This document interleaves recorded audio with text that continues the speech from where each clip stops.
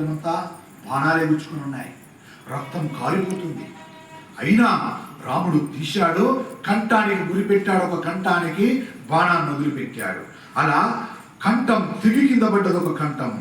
బాణము తగలగానే ఒక శిరస్సు తెగిపోయి భూమి మీద పడింది. అలా భూమి మీద పడిపోగానే మళ్ళీ ఆ కంఠం తెగిన చోట మళ్ళీ కంఠం వచ్చి మళ్ళీ పడ్డది. ఆశ్చర్యం! కంఠం తెగిపోతే, శిరస్సు తెగిపోతే మళ్ళీ శిరస్సు వచ్చి అతుక్కుంటుంది. ఏమిటి? అలా గురి చూచి కొడుతున్నాడు, శిరస్సులన్నీ తెగుతున్నాయి, మళ్ళీ వచ్చి కొడుతున్నాయి. అలా తెగిపోతున్నాయి, పుడుతున్నాయి, తెగిపోతున్నాయి, పుడుతున్నాయి. ఆ రకంగా యుద్ధం చాలా సమయం చేశాడు రామచంద్రమూర్తి. నరుడు కదండి, దేవుడు అయితేనేమో ఏదో మాయ చేసేవాడు రాముడు నరుడాలే. ఏం చేస్తాడు నరుడు? అలా కొడుతూనే ఉన్నాడు, చూస్తూనే ఉన్నాడు. అలా కొట్టినా కొద్ది శిరస్సులు తెగుతున్నాయి, వస్తున్నాయి, తెగుతున్నాయి, వస్తున్నాయి. మళ్ళీ వెంటనే కొత్త శిరస్సులు మొలకెత్తి కిరీటముతో కుండలములతో ప్రకాశిస్తూ మళ్ళీ నిలబడిపోతున్నాయి. అప్పుడు రాముడు అనుకున్నాడు, ఓహో, ఈ బాణముతో మారీచుడిని, కరుడిని, భూషణుడిని, వాలిని సంహరించాను. ఈ బాణం అంత శక్తివంతమైనది, ఈ బాణమునకు ఎదురులేదు. అటువంటి బాణముతో ఇప్పటికీ 100 తలకాయలు తెచ్చి భూమి మీద పడేశాను. అంటే 10 తలలను 10 సార్లు కొట్టాడు. 10 పాదులు 100 కదండి. 10 సార్లు కొట్టి 10 సార్లు దిగి 10 సార్లు వచ్చాయి. 100 సార్లు కొట్టాడు, అయినా వస్తున్నాయి. అంటే ఇన్ని మార్లు కొట్టినా కొత్త తలకాయలు పుడుతున్నాయన్నమాట. రావణుడు ఎంత మాత్రం జంకలేదు. రావణుడి మొండితనం మొండిది. యుద్ధం చేస్తూనే ఉన్నాడు, రావణుడు విడిచిపెడుతూనే ఉన్నాడు బాణ పరంపర. రాముడు కూడా కంఠాన్ని గురి చూసి శిరస్సులను తీర్చేస్తున్నాడు. ఆ రకంగా ఇద్దరు ఒకటా రెండా, ఒక రాత్ర ఒక పగల, 7 రాత్రులు 7 పగళ్ళు ఒక్క క్షణం విరామము లేకుండా యుద్ధం కొనసాగింది రాముడికి రావణాసురుడికి. చూశారా? ఒక రాక్షసుడి మీద ఒక నరుడు అన్ని కష్టాలు కోర్చుకొని, అన్ని ఇబ్బందులు వచ్చినా ధర్మం, ఏ ధర్మం? యుద్ధము నుండి వెనుదిరగకూడదనేది ధర్మం. సచ్చే వరకు పోరాటం చేయాలనే ధర్మాన్ని పట్టుకున్నాడు రామచంద్రమూర్తి. నరుణ్ణి అయినా అంత కష్టమే వచ్చినా నిలబెట్టి చూపిస్తారనుకున్నాడు రామచంద్ర ప్రభు. అందుకే అరవీర భయంకరంగా చేస్తున్నాడు. 7 రాత్రులు 7 పగళ్ళు క్షణం విరామం లేకుండా చేస్తున్నారు యుద్ధం. ఇద్దరు కూడా ఆ బాణములు తీయడం, సంధించడం, కొట్టడం, ఇటువైపు నుంచి కొన్ని కోట్ల బాణములు, అటువైపు నుంచి కొన్ని కోట్ల బాణములు. కేవలం రాముడి మీద రావణుడు, రావణుడి మీద రాముడు ఇద్దరే కొట్టుకుంటున్నారు. ఎన్ని అస్త్రములు ఉన్నాయో అన్ని అస్త్రములు ప్రయోగించేశారు, ఎన్ని బాణాలు ఉన్నాయో అన్ని బాణాలు ప్రయోగించేశారు. లోకం సుభిక్షం అయిపోతున్నది. ఎక్కడి వాళ్ళు అక్కడే వచ్చేస్తున్నారు. ఆకాశమంతా నిండిపోయింది. అంతే కదండి. ఏదో పెద్ద అవాంతరం వచ్చిందంటే, జరగరాంది జరిగిందంటే, మొదటి గంటకున్న మంది ఇంకో గంటకుంటారా? ఆ తర్వాత గంటకుంటారా? పెరిగిపోరు. అలాగా ఇంకా జరుగుతుందట. 7 రాత్రులట, 7 పగలట, రాముడట, రావణుడట. రాముడు ఎన్ని మార్కులు కొడితే అన్ని మార్కులు శిరస్సులు పుట్టుకొస్తున్నాయట రావణాసురుడికి. ఏమిటో చూద్దాం పదండి, అదేమి చిత్రమో అని లేట్గా తెలిసిన వాళ్ళు కూడా బయలుదేరారట. దేవతలు అందరికీ తెలియాలంటది కదండి. కొందరికి తెలిసింది, ఇంకా తెలియని వాళ్ళు ఇంకా బయలుదేరుతున్నారు. అలా వచ్చిన వాళ్ళతో ఆకాశమంతా స్తంభించిపోయింది. ఆ రకంగా రాముడు రావణుడి యుద్ధం హరవీర భయంకరంగా కొనసాగుతుంది. ఎక్కడి వాళ్ళు అక్కడే ఆగిపోయారు. సూర్య ప్రకాశం కూడా భూమి మీదకి అందడం లేదు. అంటే అంత గొప్పగా అడ్డొచ్చేశారు దేవతలందరూ కూడా.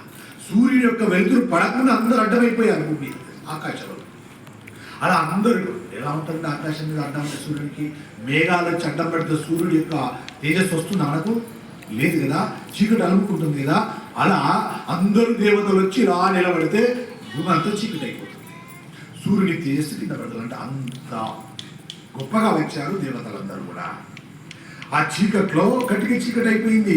సూర్యం ప్రకాశం లేదక్కడ, సూర్యుని వెలుతురు పడతలేదు అక్కడ. కానీ జయం మాత్రం నిశ్చితం కాలేదు. రాముడితో యుద్ధం అలా జరుగుతూనే ఉంది. రావణుడు సామాన్యుడేమి కాదు కదా. రామచంద్రమూర్తితో 7 రాత్రులు 7 పగలు విశ్రాంతి లేకుండా యుద్ధము చేసి ఆయనను ఒప్పించాడు రావణాసురుడు రామచంద్రమూర్తిని. అంత యుద్ధం చేస్తే మాతలి వెనక్కి తిరిగి అంటున్నాడు, ఎవరి మాతలి, ఎవరి మాతలి మర్చిపోయారా? రావణాసురుని సేనాని. అమ్మా, రావణాసురుని సేనాని మాత రామచంద్ర ప్రభు రామా. ఆయనకి ఇంద్రుడి సారథి కదండి, ఇంద్రుడు రథం ఎక్కి చేస్తున్నాడు కదా రాముడు. రామ, 7 రాత్రులు 7 పగళ్ళ నుంచి నీవు యుద్ధం చేస్తున్నావు. సామాన్యమైన యుద్ధం కాదు రామచంద్ర. ఇంకా ఎంతసేపు చేస్తావు ఇలా యుద్ధం? ఎన్ని రాత్రులు చేస్తావు, ఎన్ని పగళ్ళు చేస్తావు రామచంద్ర? దేవతలందరూ రావణాసురుని శిరస్సు పడిపోయే ముహూర్తమును నిర్ణయం చేసిన సమయం ఆసన్నమైపోయింది. మర్చిపోయావా రామా? అగస్త్యుడు ఇచ్చిన దివ్యమైన అస్త్రం నీ తునీరములో ఉన్నది. ఏంటా తునీరం అంటే? వెనుక వేసుకుంటారే బాణాలు వేసుకునేది, మనకు జబ్బ సంచి అంటాం కదా. యుద్ధం చేసే వాళ్ళకి అదొక సంచి లాంటిది, వాళ్ళకి అందులో ఉంటాయి అన్నీ. ఇప్పటి వాళ్ళకి ఇంకా చెప్పాల్సి వస్తే పరుసు చేతిలో, హ్యాండ్ బ్యాగ్ లేకుండా వెళ్ళరు కదా. అందులో ఎన్ని వస్తువులు ఉంటాయి, అన్ని అస్త్రశస్త్రాలు ఉంటాయి కదా దాంట్లో బయటికి వెళ్తే. అలాగా రామచంద్రమూర్తి యొక్క తూణీరంలో ఉండిపోయింది. అంటున్నాడు, మీ తూణీరంలో ఉండిపోయింది అగస్త్య మహర్షి చేసినటువంటి అపురూపమైనటువంటి అస్త్రం. అక్కడ దాన్ని తీయండి, నిర్ణయం చేసిన సమయమైంది. మర్చిపోయావా రామా? అగస్త్యుడు ఇచ్చినటువంటి దివ్యమైన అస్త్రాన్ని బయటకు తీసి అభిమంత్రించి రావణాసురుడిని విడిచిపెట్టు. ఇంకా ఉపేక్షించకు రామా. 7 రాత్రులు 7 పగళ్ళు అయిపోయాయి. 8వ రాత్రిలోకి వచ్చేస్తున్నారు. 8వ పగలు కూడా అయిపోతుంది. రామా, ఇక ఉపేక్షించకు, దేవతలందరూ ఎదురు చూస్తున్నారు అని మాతలి చెప్పగానే వెంటనే రామచంద్రమూర్తికి ఆ అస్త్రం జ్ఞాపకానికి వచ్చింది. దాన్ని పైకి తీస్తున్నాడు. దాని గురించి వాల్మీకి మహర్షి ఎలా చెప్పాడో చూడండి. అద్భుతంగా చెప్తున్నాడు మహర్షి. అంతే లైవ్ టెలికాస్ట్ ఇస్తున్నాడు గురువుగారు చంద్రటి కోటేశ్వరరావు గారు.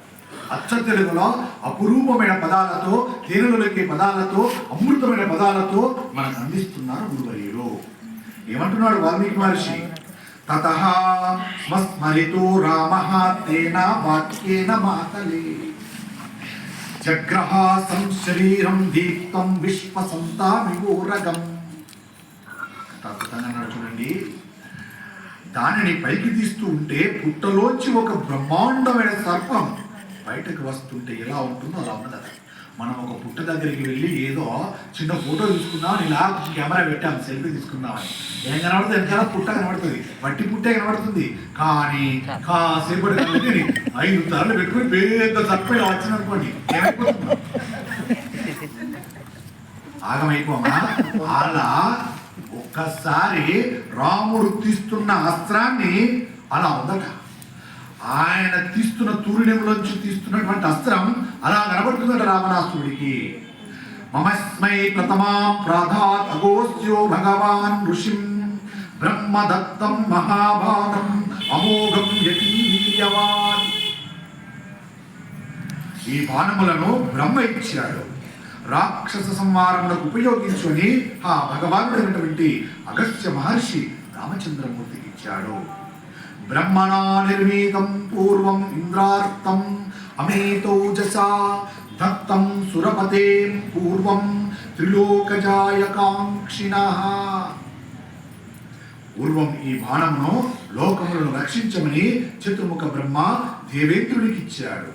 యస్య వాజే సుపవనః ఫలే పావకాభాస్కరో శరీరమాకాశమయం గౌరవే మేరుబందరో. ఈ బాణమునకు ఒక గొప్పతనం ఏమిటంటే దాని రెక్కలలో సహజంగా వాయువు ఉంటుంది. అందుచేత దాన్ని అభిమంత్రించి విడిచిపెట్టగానే వాయు వేగంతో వెళ్ళిపోతుంది. ఇంకా ప్రతిద్వందికి దాన్ని కొట్టడానికి అవకాశం ఉండదు. ప్రతిద్వంది అంటే ఎదుటివారు అని అర్థం. ఆ ఎదుటి వారికి ఈ బాణాన్ని వదిలిపెడితే మరో బాణం వేద్దామంటే అవకాశం ఉండదు. అలాంటి బాణాన్ని అది బంగారు ములికతో ఉంటుంది. బంగారు ములికతో ఉండి దాని ములికలోకి అగ్ని సూర్యుడు ఉంటారు. ఆ ములికి చూసేటప్పటికీ ఎటువంటి వాడికైనా గుండె అని జారిపోవలసిందే. ములికి అంటే ఎలా అర్థమవుతుందండి మనకు? ములికి ఎలా అర్థం కావాలి మనకు? అది బాగా గుర్తు చేసే తల్లి. పెన్నుకుండే చిన్నది ఉంటుంది చూడు ములికి, అది చిన్న బాల్ ఉంటుంది దాంట్లో. చాలా మందికి తెలియదని చూస్తే తెలుస్తుంది. చిన్న బాల్ ఉంటుంది దాంట్లో. సన్నపు ఆవగింజలు ఉంటాయి చూడు, చాలా సన్నటి ఆవగింజ, అలాంటి బాల్ దాంట్లో పెడతారు. ఆ ములికి ఆ బాలు పనిచేస్తున్నంత వరకు పనిచేస్తుంది. ఆ బాలు కనుక పోయిందనుకోండి, ఆ పెన్నులో ఉన్నటువంటి ములికిలో ఉన్న బాలు అది పనిచేయదు. ఇక పెన్ను అంత సిరా కక్కేస్తుంటుంది. అలా ములికి అంటే అంత కొచ్చగా ఉందట. ఇంకా మీరు ఈత ముళ్ళు చూసారా? ఈత చెట్టుకున్నటువంటి ఈతాకున్నటువంటి ముళ్ళు. ఈతాకు ఎలా ఉంటుంది? స్టార్టింగ్లో వెడల్పుగా ఉంటుంది, వెళ్ళగానే చివరికి సన్న కొచ్చగా ఉంటుంది. ములికి అంటే అలా ఉంటుంది. బాణం కూడా అలానే, ఈతాకు లాగానే ఉంటుంది బాణం. చివరికి అలా ఉంటుంది, ప్రారంభంలో ఇలా ఉంటుంది. అలాంటి గొప్ప బంగారంతో కూడినటువంటి ములికి ఉన్నటువంటి దాన్ని తీశాడు. అందుకని అటువంటి బరువుతో వచ్చి మీద పడిపోతుంది. ఆ బాణ శరీరము బ్రహ్మమయమై ఉంటుంది. ఈ బాణం అంతటా నిండిపోయినటువంటి పరమాత్మ స్వరూపంతో ఉంటుంది. సూర్య భగవానుడి తేజస్సు ఎలా ఉంటుందో మిట్ట మధ్యాహ్నమైన ఎలా చూడలేమో అటువంటి తేజస్సుతో ఉంటుంది. ఆ బాణం ఈ బ్రహ్మాండములో ఎన్ని భూతములు ఉన్నాయో అన్ని భూతముల తేజస్సులోంచి కొంత తేజస్సును తీసి ఆ బాణమును నిర్మాణం చేశారు. అది ధూమముతో నిండిపోయిన కాలాగ్ని ఎలా ఉంటుందో అలా ఉంటుంది. ఆ బాణం ఇంతకు ముందు ఎందరో దేవతలు, ఎన్నో గుర్రములు, ఎన్నో ఏనుగులను భేదించుకుంటూ వెళ్ళింది. ఇదే సినిమాలో అయితే ఏం చేస్తారంటే అన్ని భూతాలు ఎన్ని ఉన్నాయో, పంచభూతాలు, అష్టభూతాలు, అష్టవర్గాలు ఎన్ని ఉన్నాయో ప్రాణికోటులు, అన్ని ప్రాణికోట్లను సినిమాలో చూపించేసి అందులో ఉన్నటువంటి తేజస్సును తీసుకొచ్చి ఆ బాణానికి తగిలేలాగా చూపిస్తుంటారు మనకు. అలా తిరిగినప్పుడు పంచభూతాలు ఉన్నటువంటి శక్తి అంతా బాణములోకి స్వచ్ఛమేయబడుతుంది, చేర్చవేయబడ్డది. అలాంటి తేజస్సులోంచి కొంత పెట్టిన తర్వాత ఎందరో దేవతలు ఏనుగుల శరీరాలను భేదించుకుంటూ వెళ్ళిపోయేటువంటి బాణాన్ని, అది ఇంతకు ముందు పర్వతాలను భేదించింది, పెద్ద పెద్ద ద్వారములకు బద్దలు కొట్టింది, గరికలను విరిచేసింది, ఎందరో రాక్షసుల గుండెలను భేదించింది. దాని ఒంటి మీద కొంచెం రక్తం కొవ్వు పూయబడి ఉంది. పాములా ఉన్నటువంటి ఆ బాణమును పైకి తీశాడు రామచంద్రమూర్తి. వింటినారికి పెడుతుంటేనే శత్రువుల గుండెలు గజ గజ గజ గజ వణికిపోతున్నాయి, ధ్వని వచ్చేస్తుంది. దానికి శత్రు సైన్యములు గుండెలు చీల్చడం తప్ప వేరొకటి తెలియదు. అటువంటి బాణాన్ని తీశాడు మన దశరథ నందనుడు, కౌసల్య పుత్రుడు, భారత లక్ష్మణ శత్రుఘ్నుని యొక్క అగ్రజుడు, హనుమ యొక్క దైవం రామచంద్రమూర్తి. ఆ బాణాన్ని తీస్తుంటే అందరూ హడలిపోతున్నారు అక్కడ ఉన్నవారు.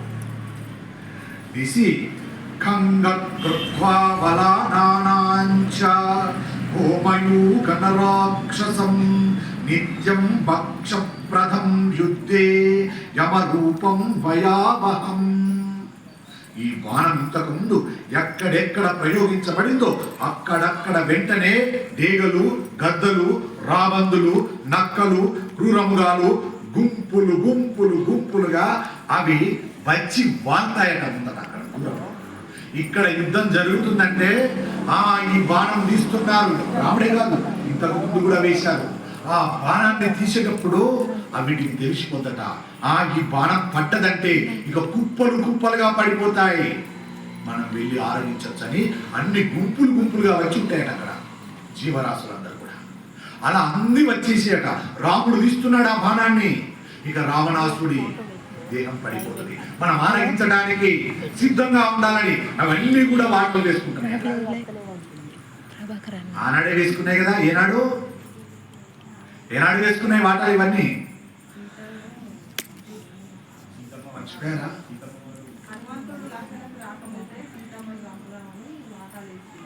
ఇంకా రాబందులు వాటాలు వేసుకున్నాయి.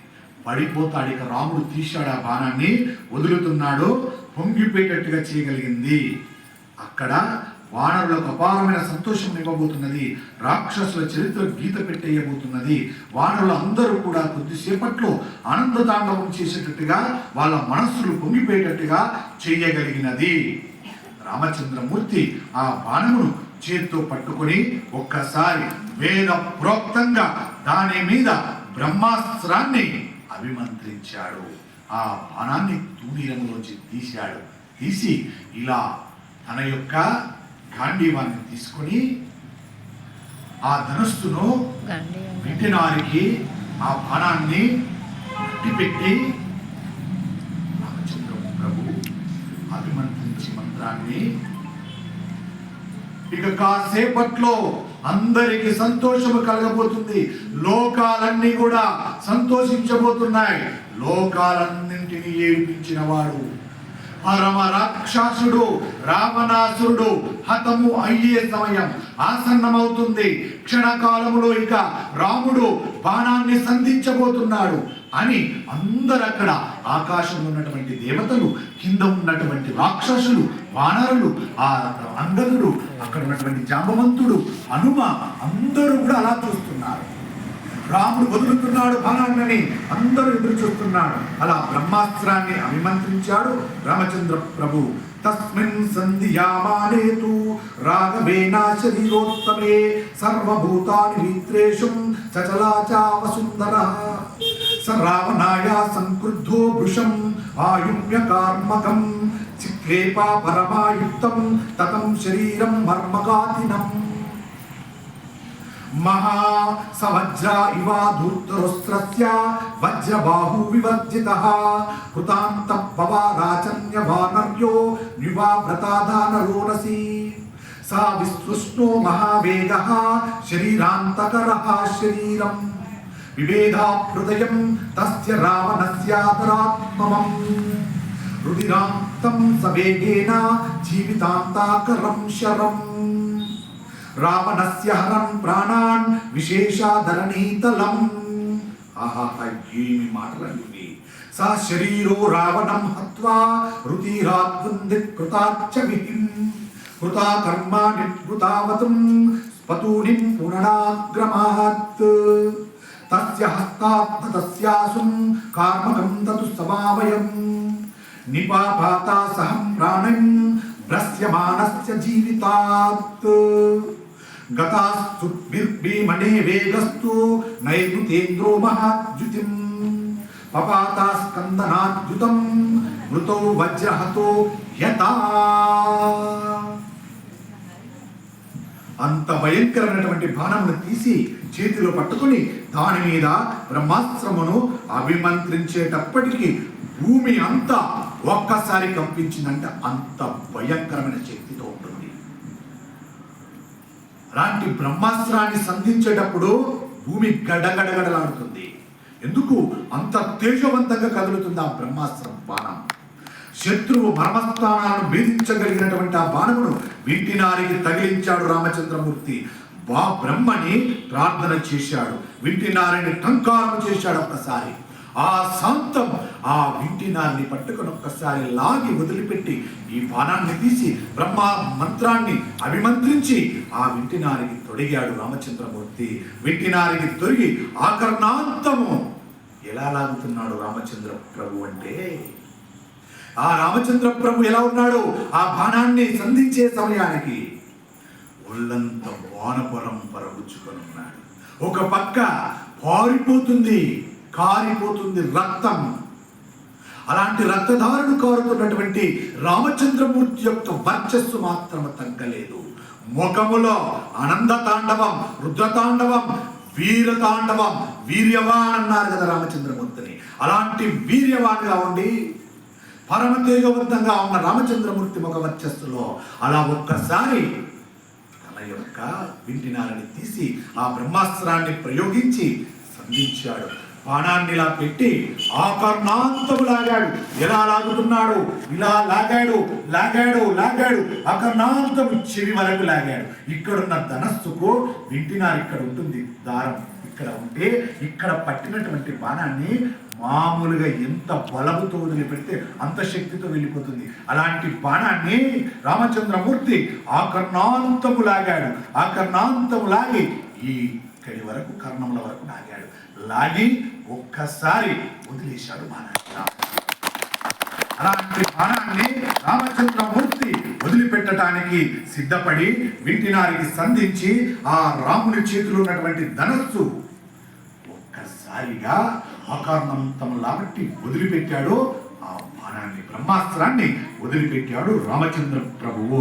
ఆ బాణం విడిచిపెట్టగానే క్షణకాలంలో కనురెప్ప వేసినంత సమయం ఎంత ఉంటుందో అంత సమయంలో చాలా భయంకరమైనటువంటి ధ్వని చేస్తూ లోకములన్నింటినీ క్షోభింపజేస్తూ ఇంతకాలం ఏ రావణుడు లోకాలన్నింటినీ పీడించాడో, ఏ రావణుడు ఋషులను, దేవతలను, అష్టదిక్పాలకులను, పంచభూతాలను గడగడగడలాడించాడో, ఇవాళ ఈ బ్రహ్మాస్త్రముతో వదిలిపెట్టినటువంటి రాముడు వదిలిపెట్టినటువంటి బాణం ఆ శబ్దం చేస్తూ వెళ్ళిపోతుంటే రావణాసురుడు భయపడుతున్నాడు. ఇక అయోమయంలో పడిపోతున్నాడు.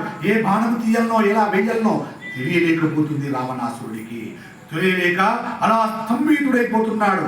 అలా ఆ బ్రహ్మాస్త్రము పెద్ద శబ్దం చేస్తూ, బద్దలు చేస్తూ, గుండెలను నెత్తురు తాగుతూ అతని వక్షస్థలములోంచి దూసుకెళ్ళింది.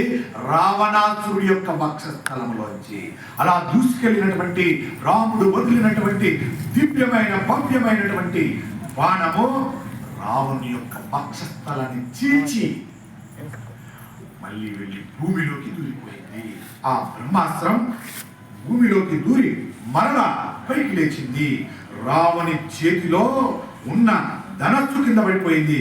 రావణుడి గుడ్లు తిరుగుడైపోయాయి. చేతిలో ఉన్నటువంటి ఆయుధములు అన్నింటినీ చారవి చేశాడు. ధనస్సు ప్రాణాలు విడిచిపెట్టేస్తున్నాడు. రథం మీద నుంచి ఒక్కసారి రావణాసురుడి యొక్క శరీరం భూమి మీద అమాంతం పడిపోయింది. అతని రథం ఎంత అనుకుంటున్నారండి? ఈ గుడి అంతా లేనంత ఉంటుంది. అంత ఎత్తులు చేస్తుంటాడు. అంత ఎత్తుడి పడ్డాడు కింద. ఎలా? రాముడు వేసిన బ్రహ్మాస్త్రాన్ని చీల్చుకొని పోయింది. అంతా చేజారిపోయి శక్తిహీనుడైపోయాడు. బ్రహ్మాస్త్రం అంటే బ్రహ్మాస్త్రంలో దిగిబడిందా శక్తి అంతా నాశించిపోతుంది. ఆల్రెడీ ఇప్పటికే అమ్మ జగన్మాత అయోనిజ సీతమ్మ తల్లి రావణ యొక్క శక్తిని ఏనాడో తొలగించేసింది. ఇంకా అంతో ఇంతో మిగిలిన శక్తిని ఈ బ్రహ్మాస్త్రం ఛేదించింది. నిస్సహాయుడైపోయాడు. కింద పడిపోయాడు రావణాసురుడు. అలా పడిపోగానే రామచంద్రమూర్తి కోదండాన్ని పట్టుకున్నట్టుగా సంతోషపడిపోయాడు. ఏ అవతార ప్రయోజనము నెరవేర్చాలని అనుకున్నాడు, ఏ రావణాసురుడిని సంహరించడం కోసమని మహానుభావుడు శ్రీ మహావిష్ణువు నరుడిగా, అల్పుడిగా, రాముడిగా అవతరించాడో, ఏ రావణాసురుడిని సంహారం చేయడం కోసమని ఇన్ని కష్టాలు పడ్డాడో, ఏ రావణాసురు సంహారం కోసమని సీతమ్మ తల్లి 10 నెలలుగా అశోకవనములో బాధలు పడ్డదో, ఇబ్బందులు పడ్డదో, ఎన్ని అవమానాలు పడ్డదో తల్లి. ఆ రావణ సంహారము పరితపిస్తుందో, ఏ తల్లి కంటి వెంట బిందువులు భూమి మీద పడ్డాయో, ఏ తల్లి శోకించిందో, ఆ తల్లి శాపమునకు లంకా పట్టణము గురైపోయిందో, అటువంటి దశకంఠుడై యమధర్మరాజు ససైన్యములతో సహా, దేవేంద్రుడితో సహా అందరినీ ఓడించి లోకములన్నింటినీ బాధ పెట్టినటువంటి రావణాసురుని శరీరం రథములోంచి భూమి మీద పడిపోయింది. అప్పుడు దేవతలందరూ అపారమైనటువంటి ఆనందాన్ని పొందారు. ఒక్కసారిగా దేవదుందుములు మోగాయి.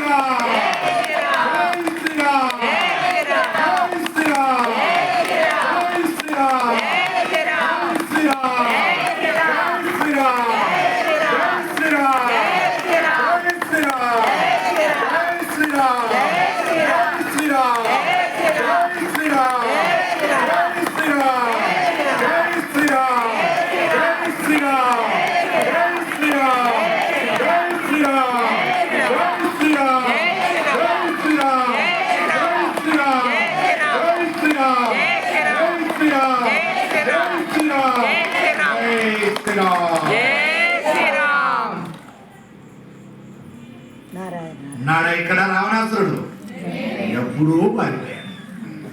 అక్కడ చచ్చిపోయాడు, ఇక్కడ పారిపోయాడు. అది రావణ సంహార ఘట్టం.